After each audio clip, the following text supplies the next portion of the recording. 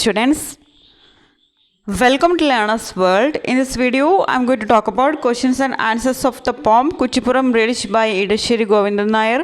Readings on Kerala, second semester, Calicut University, Common English.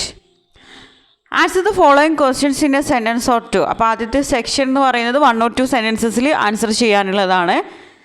What makes the narrator feel proud as he stands on the newly built bridge? അപ്പോൾ നമ്മുടെ narrator പോയിട്ട് ഇടശ്ശേരി ഗോവിന്ദൻ നായർ ആ ഒരു പുതിയതായിട്ട് പണിത ആ ഒരു പാലത്തിൻ്റെ മുകളിൽ നിൽക്കുന്ന സമയത്ത് അദ്ദേഹം വളരെയധികം ഫീൽ പ്രൗഡാണെന്ന് പറയുന്നുണ്ട്. അപ്പോൾ അതിൻ്റെ കാരണം എന്താണെന്നാണ് question. The narrator feel proud as he stands on the newly built bridge because it was constructed at a cost of 23 lakhs. He is proud of the height of material development as a result of modernization.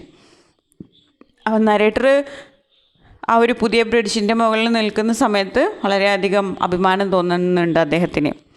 അതായത് 23 lakhsന് പണിത ഒരു മനുഷ്യൻ്റെ ഒരു പവറാണത് കാണിക്കുന്നത്.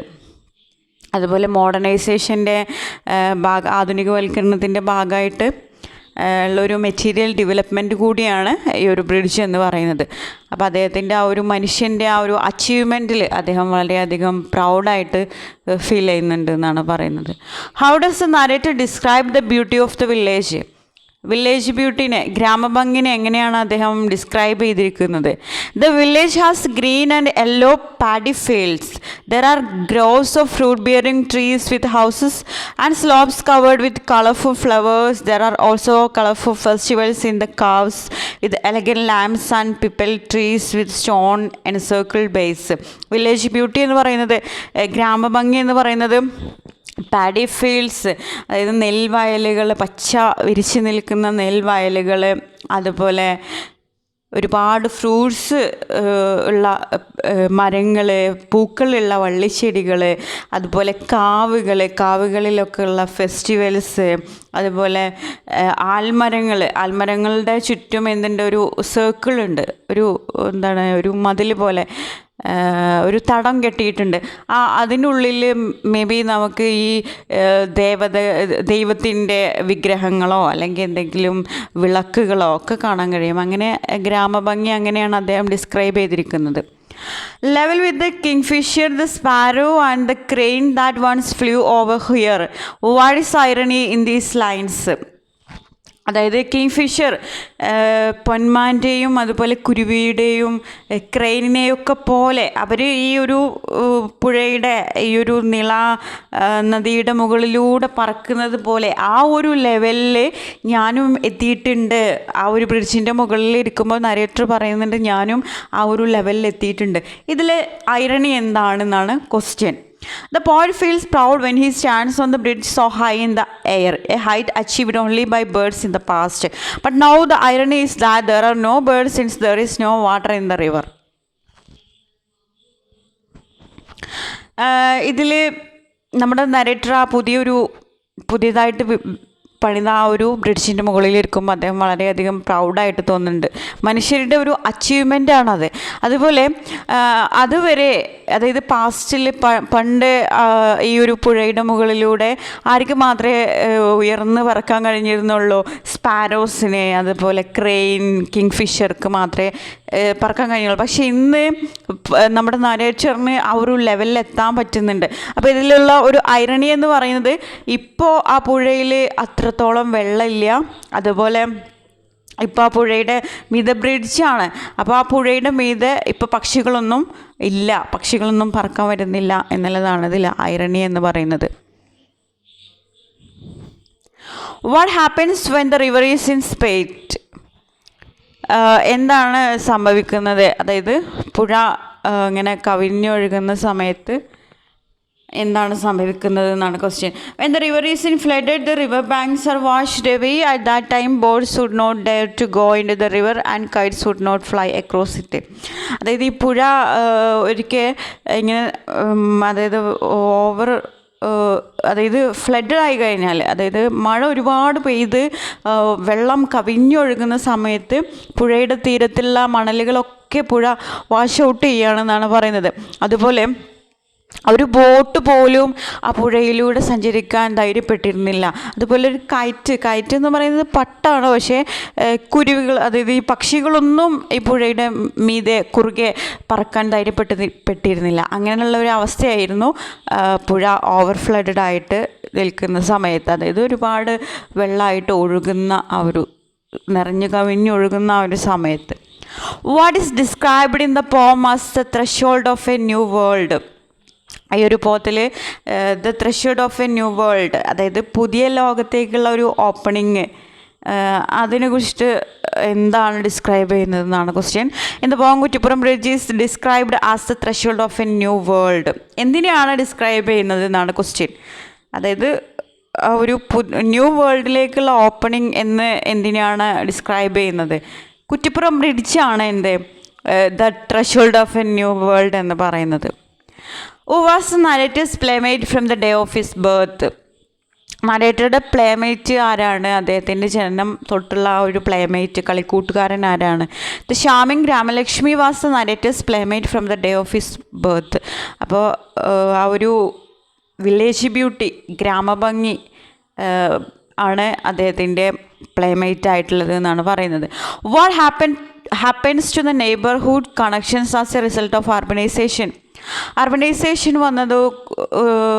വന്നത് മൂലം നെയ്ബർഹുഡിലുണ്ടായിരിക്കുന്ന ആ ഒരു കണക്ഷന് എന്താണ് സംഭവിച്ചത്? നെയ്ബേഴ്സിന് എന്താണ് സംഭവിച്ചത് ഈ ഒരു അർബനൈസേഷൻ മൂലം? അർബനൈസേഷൻ്റെ ഒരു ആഫ്റ്റർ എഫക്ട്സ് എന്നുള്ള രീതിയിൽ. As a result of urbanisation walls sprung up everywhere among neighbours. Strangers become neighbours and neighbours are strangers, total strangers.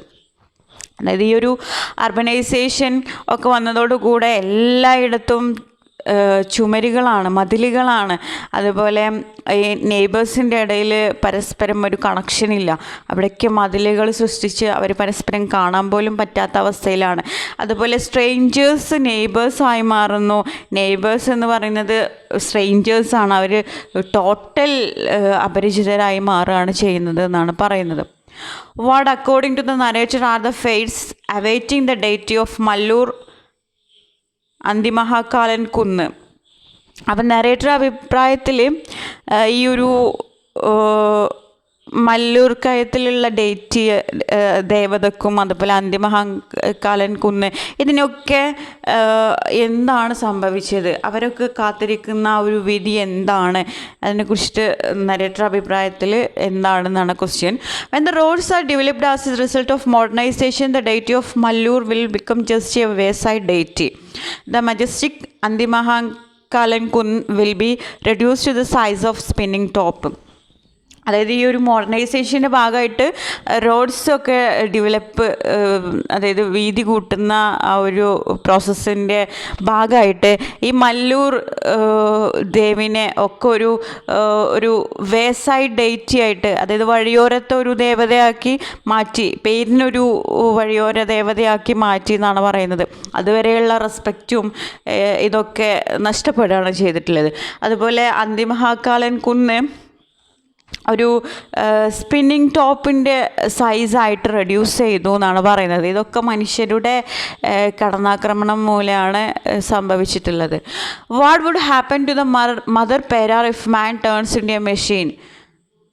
Mother പെരാറിന് എന്താണ് സംഭവിക്കുന്നത്? അതായത് മനുഷ്യർ ഒരു മെഷീനായി മാറിക്കഴിഞ്ഞാൽ അമ്മ പെരാറിന് എന്ത് സംഭവിക്കും എന്നാണ് question.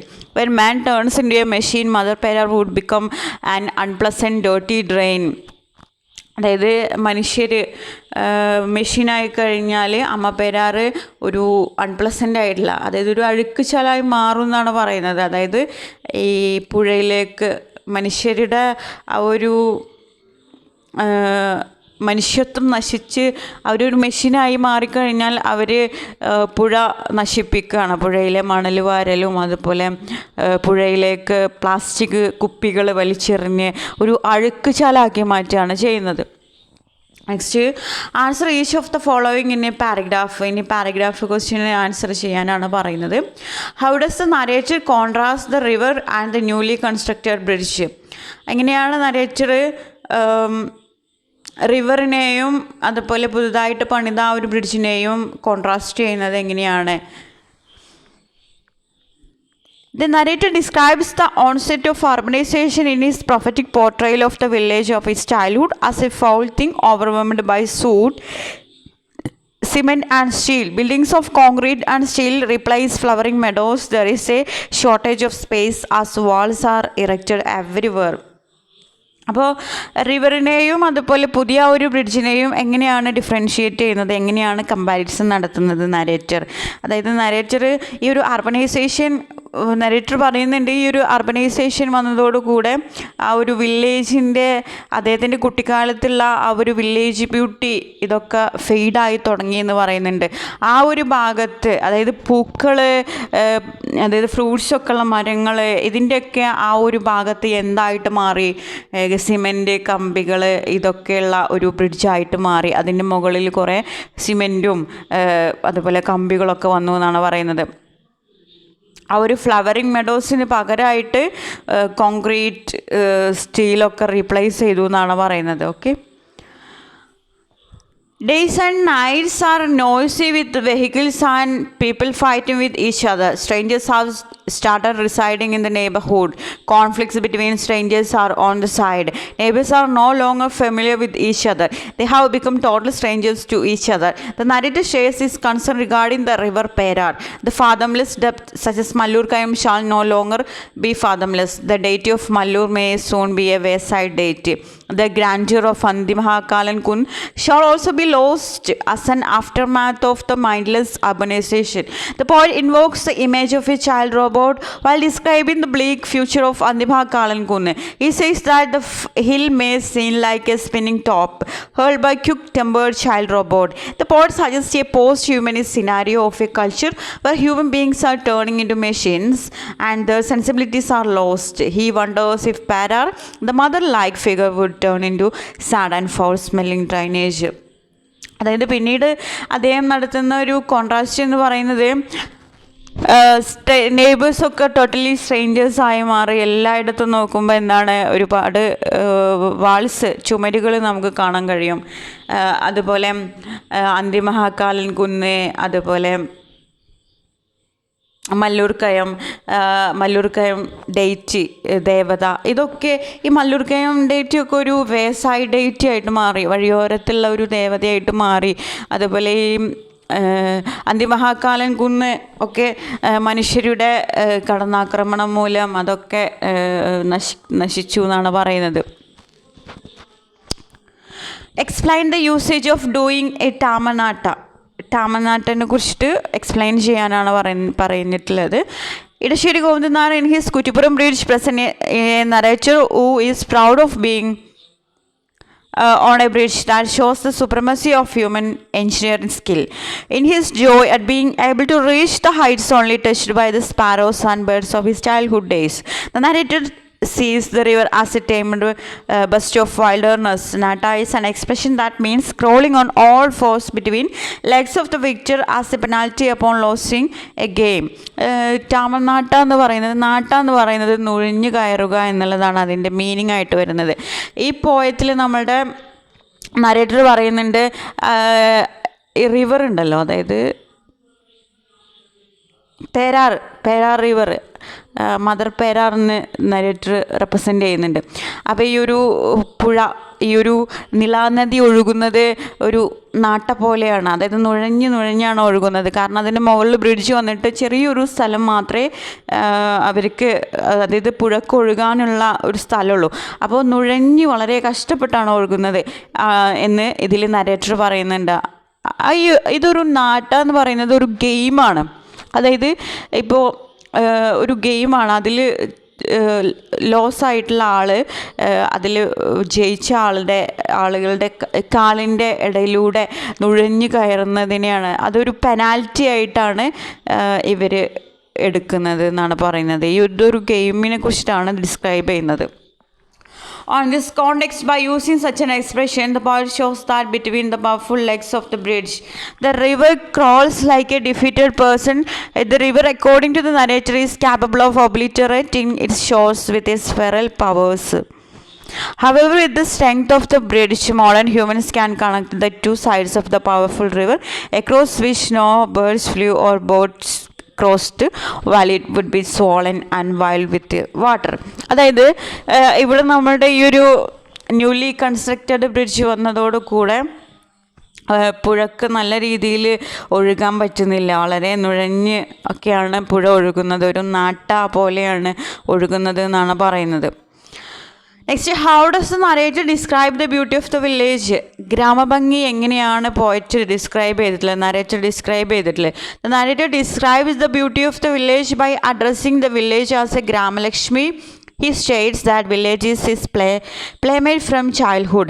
Acknowledging the quickly receding futures of village and its nearing collapse, the poet goes on invoking the beauty of the rural countryside.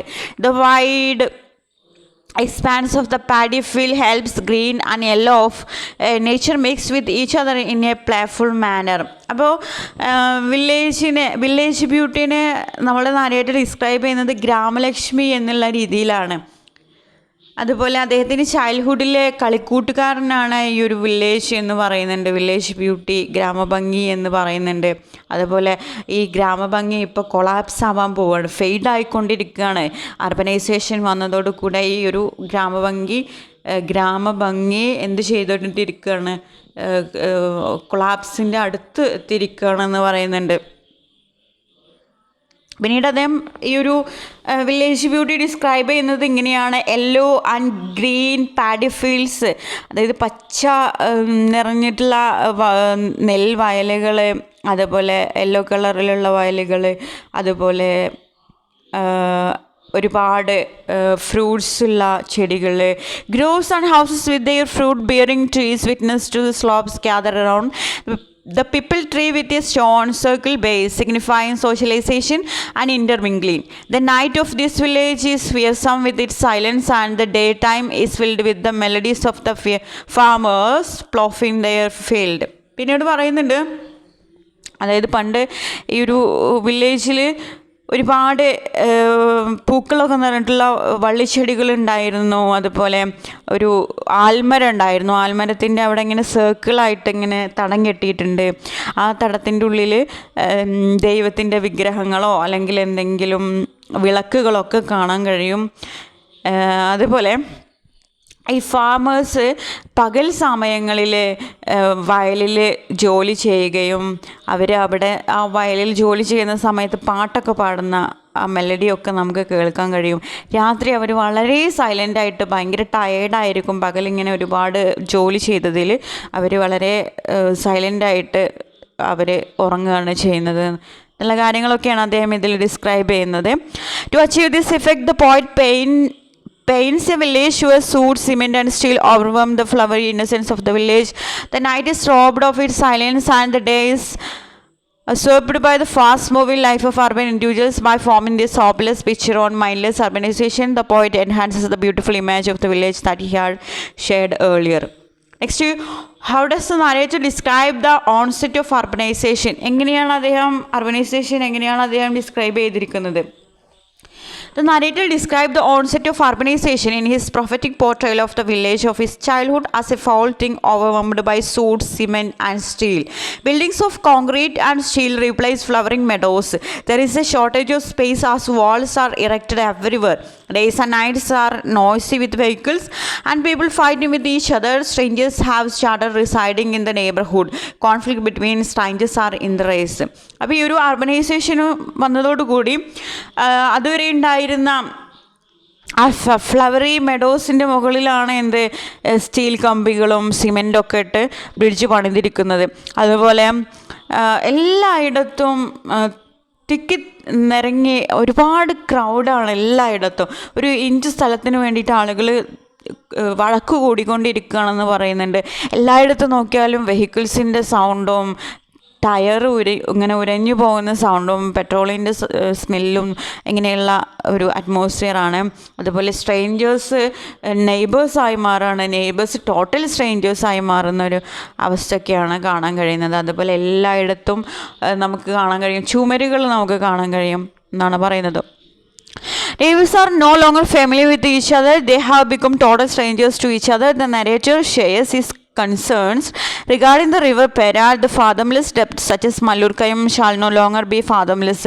The deity of Mallur may soon be a wayside deity. The grandeur of Andimahakalankunnu shall also be lost as an aftermath of the mindless urbanization. The poet invokes the image of a child robot while describing the bleak future of Andimahakalankunnu. He says that the hill may seem like a spinning top hurled by a quick-tempered child robot. The poet suggests a post-humanist scenario of culture where human beings are turning into machine and their sensibilities are lost. He wonders if PERAR, the mother-like figure, would turn into sad and foul-smelling drainage. പിന്നീട് അദ്ദേഹം പറയുന്നത് ഈ ഒരു urbanisation വന്നതോടുകൂടെ അന്തിമഹാകാളൻകുന്ന് അതുപോലെ മല്ലൂർക്കയം date ഇതൊക്കെ ഒരു മല്ലൂർക്കയം ഡേറ്റിയൊക്കെ ഒരു വേസായി deity ആയിട്ട് മാറുന്നുണ്ട്.